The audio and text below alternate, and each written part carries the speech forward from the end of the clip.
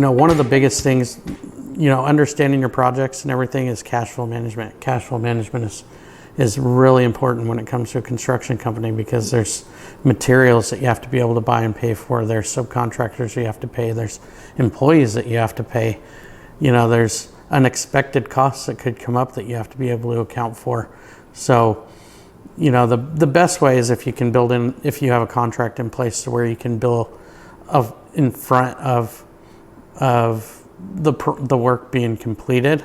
If you have an overbilling situation rather than an underbilling situation, it's a little bit easier to manage cash flow, but you can't always do that. So it's being able to maneuver around those situations and have those relationships, because subcontractors are relying and vendors are relying on your payment, and they might not want to complete the work if they're not getting paid. So really having that understanding in place that can track that and manage as you're working through these projects. And that's the value of doing cost report meetings every month, looking and meeting with the project manager, meeting with the senior project manager, meeting with a project accountant, and getting everyone in the same room and talking through every phase code on that project and making sure we understand what costs for payroll do we have for the rest of this project, what costs for fencing do we have for the rest of this project, what costs for drinking water do we have for the rest of this project, and then you get into your hard costs of what do we need for, is this bought out, is that bought out?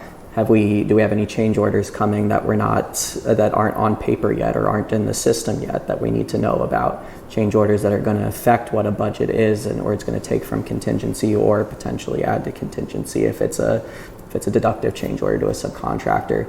Doing those meetings every month can be a really painful process. So it's really about, one, having the rhythm that you're doing it every month so those meetings can be shorter and it's not something that you're catching up on 3 months of information.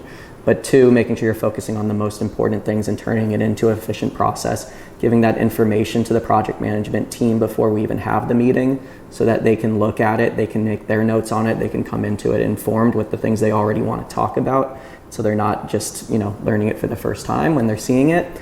And then really creating a culture where they're tracking those things throughout the month and they're really aware of what's happening to their project budget, so that we don't end up with cash flow issues, so that we don't end up with big surprises to profitability. The more time you let go by without doing that process well, the less control you have over your numbers, the less control you have over your bottom line, and you're going to end up being surprised by something, and it's never in a good way.